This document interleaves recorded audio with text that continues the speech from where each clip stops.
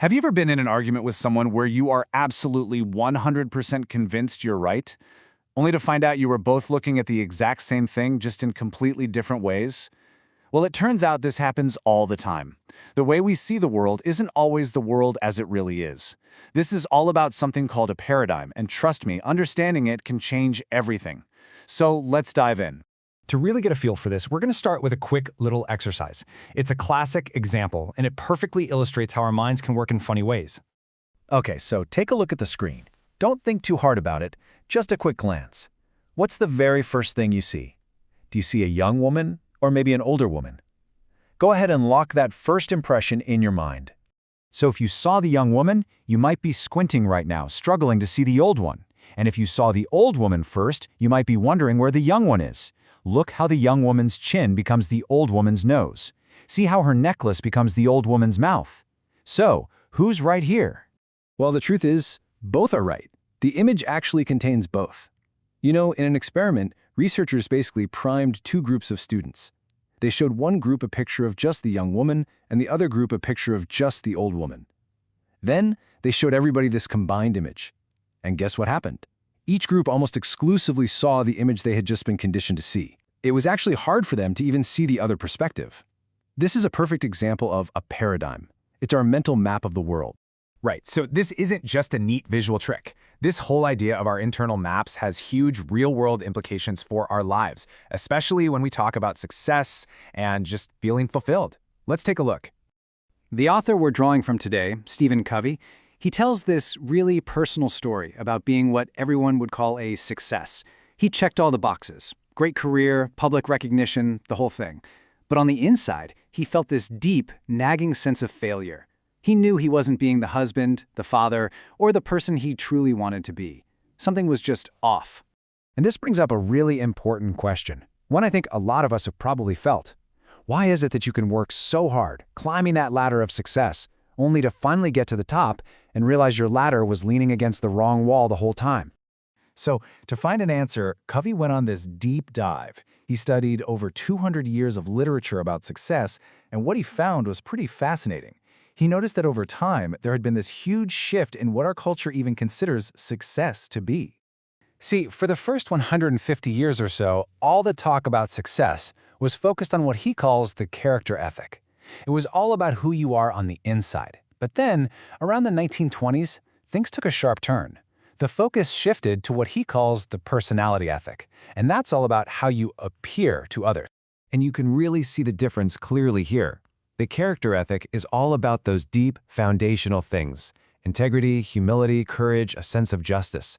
The personality ethic, on the other hand, it's all about public image, communication skills, having a positive attitude, the quick fixes and techniques to get people to like you or to make a good impression. And here's the problem with focusing only on the personality ethic. It's totally superficial. It's like cramming for a test. Sure, you might be able to memorize enough to pass, but did you actually learn the material? You can't fake deep character for long. Eventually, the cracks are going to start to show.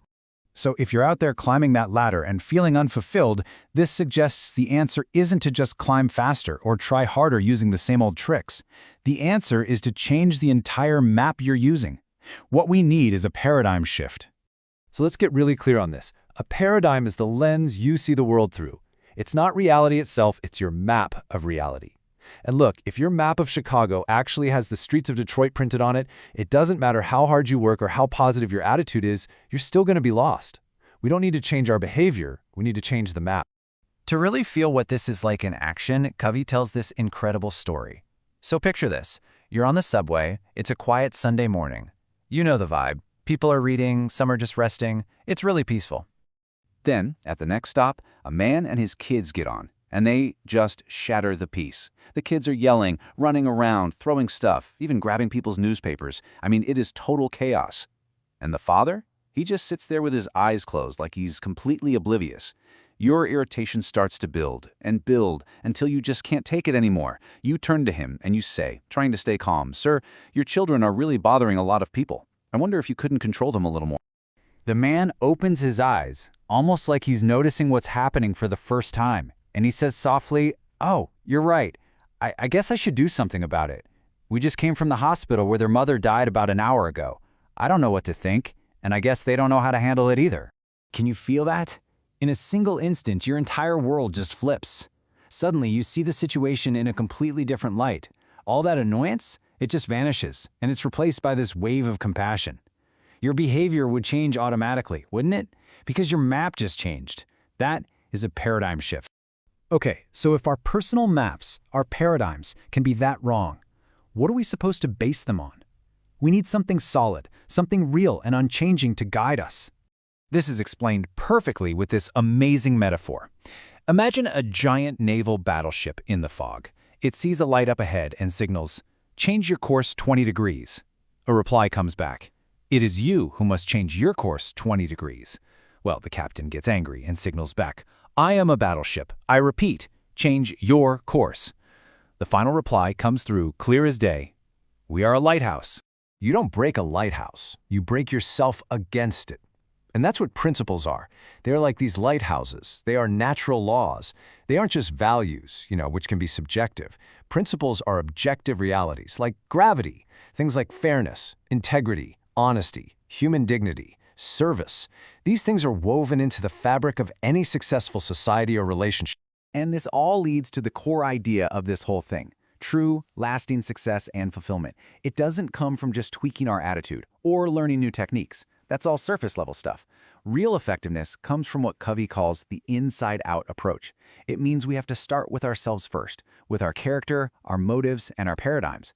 And we have to work to align our personal maps with those timeless, correct principles. And that leaves us all with a final really powerful question to think about. We all have areas in our lives, in our jobs, our relationships, how we see ourselves, where our perception is a little bit skewed. So take a moment and ask yourself, where in my life might my map not quite match the territory? And what lighthouse, what principle do I need to look to for my true north?